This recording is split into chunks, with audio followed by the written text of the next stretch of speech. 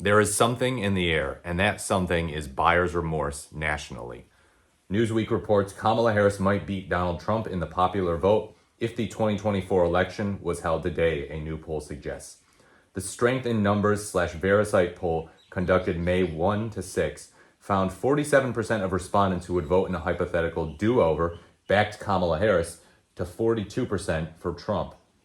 Including those who would not vote, Harris's share of the vote dropped to 40% against Trump's 36%. The poll was conducted among 1,000 adults and had a margin of error of 3.2%. Trump beat Harris by 2 points in the popular vote in November's 2024 election, with 50% to her 48%. He won the electoral vote, which decides the winner, by a resounding 312 to 226.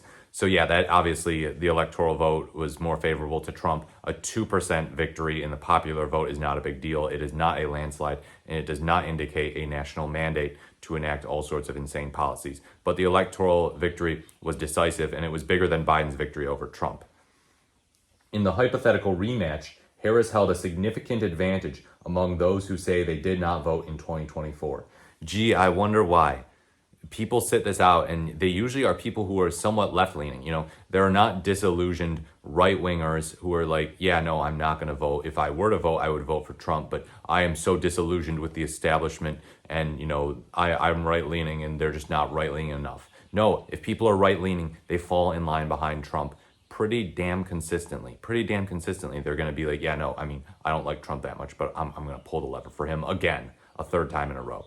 But left-leaning independents, these people who are not voting, they're like, yeah, Kamala Harris is not progressive enough for me. And I think Donald Trump would be bad for the country, but I don't think he would be so bad that I need to go out and vote for Kamala Harris because she's the establishment and she's bad. And, the establishment is all bad. Now they're seeing, oh, shoot, wow, Trump ended up being worse than I thought he would be. I don't know if I want to sit on the sidelines anymore and just be like, yeah, I'm not voting because these people both suck and Trump's not that bad, but Kamala Harris is bad. And, I don't like the Democrats and I don't like the Republicans, but I don't hate the Republicans enough to vote for the Democrats. We're seeing that type of buyer's remorse, or I guess we should say non-buyer's remorse. Among these, 36% of respondents backed Harris, 22% voted for Trump, 43% of non-voters surveyed said they would still not vote in 2024. Limiting to those who voted, Trump's support is lower than the real 2024 result at a 43 to 43 tie. Despite her loss in the election, Harris is viewed as a top contender for the 2028 election, which will likely see a crowded field of Democrats vying for the party's nomination. Harris hadn't said for sure that she plans to run, and she is also speculated to be considering a run for California's governorship in 2026. Yeah, she should probably do that instead of running for president, be the governor of California in 2026 or run for that. Don't run for president again. The definition of insanity is trying the same thing over and over again and expecting different results. Now, I get there was voter suppression in the 2024 election, but we still don't necessarily know for certainty that that was a decisive factor. We don't want to play this game anymore of, oh yeah, another establishment candidate, another anointed one, just guys, let's read the writing on the wall. The writing on the wall is clear. We can't run the same candidate twice. The Democrats ran the same candidate twice in a row in the 1950s, Adlai Stevenson, and he still lost. So yeah, running the same candidate twice is something that has only really proved fruitful for a guy named Donald Trump, unfortunately, because he has 9 lives politically. He's allowed to break all the rules. He can throw a temper tantrum after the 2020 election, act unhinged, talk about terminating the Constitution, talk about suspending all rules and regulations of the Constitution in order to stop voter fraud, and just go around and basically campaign on fascistic ideas and still get elected in 2024. Double down on his insanity, and the Republicans doing so along with him, and he gets reelected, for a second non-consecutive term. But Kamala Harris, I don't think can get away with that, even if the country's in bad shape under Trump. Why do we want to take that risk in 2028? Don't we want to mitigate our risk? Don't we want to do that rather than be like, no, seriously, you need to accept Kamala Harris this time? Ridiculous, bad optics.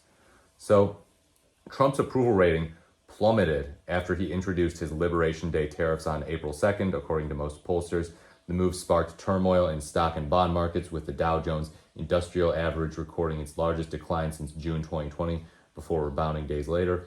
Since then, several polls have shown voters don't trust Trump on the economy. That includes the Strength in Numbers / Verisight poll, which shows that Trump's net approval on the economy stands at negative 17 points, with 38 approving and 58 disapproving. This is important because Republicans are typically fairly trusted on the economy, even if not trusted on other issues. They typically are more trusted on the economy than Democrats are.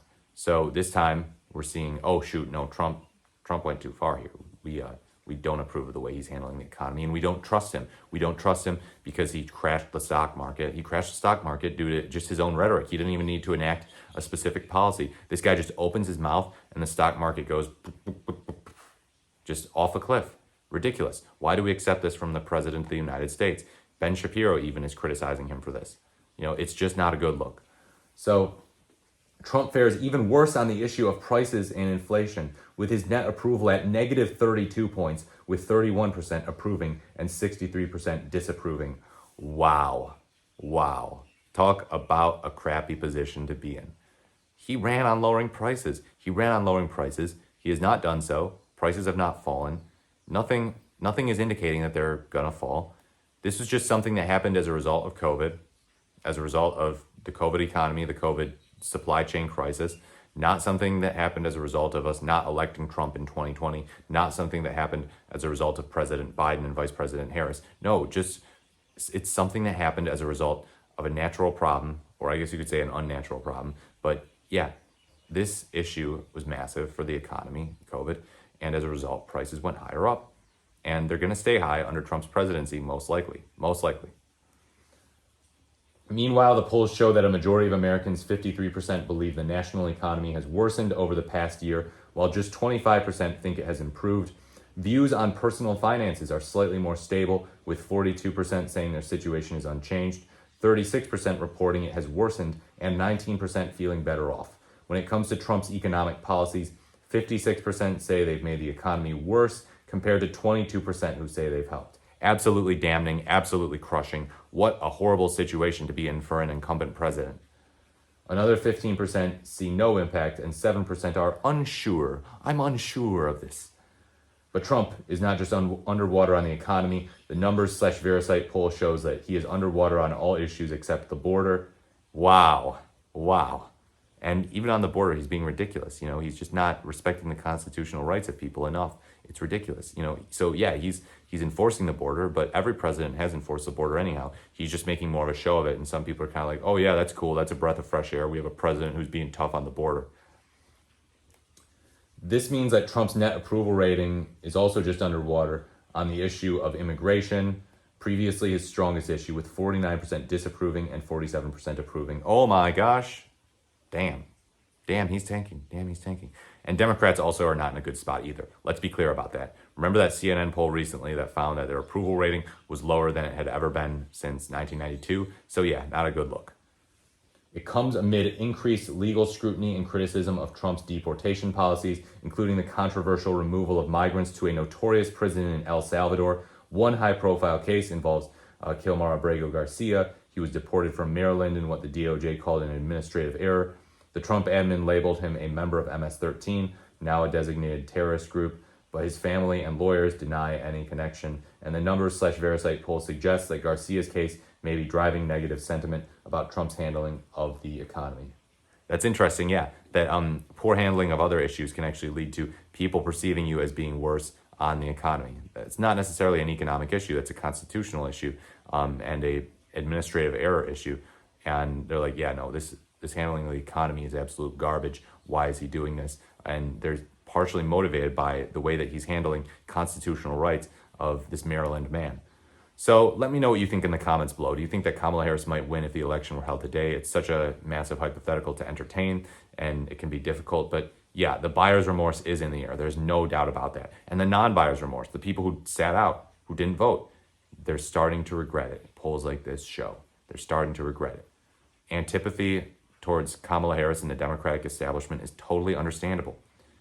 But apathy towards the future of your country and not voting is also not acceptable. You have to vote. You have to vote for who you think is going to be less dangerous. You just do, because sometimes it turns out they're a lot less dangerous, even if they're bad in other ways. Let me know what you think in the comments below. Like, comment, or subscribe to this channel. Thank you so much for watching. I look forward to getting a lot more political content out there as this year progresses, as the Trump administration progresses, as we learn more. Thank you so much for watching, and I look forward to speaking to you in my next video.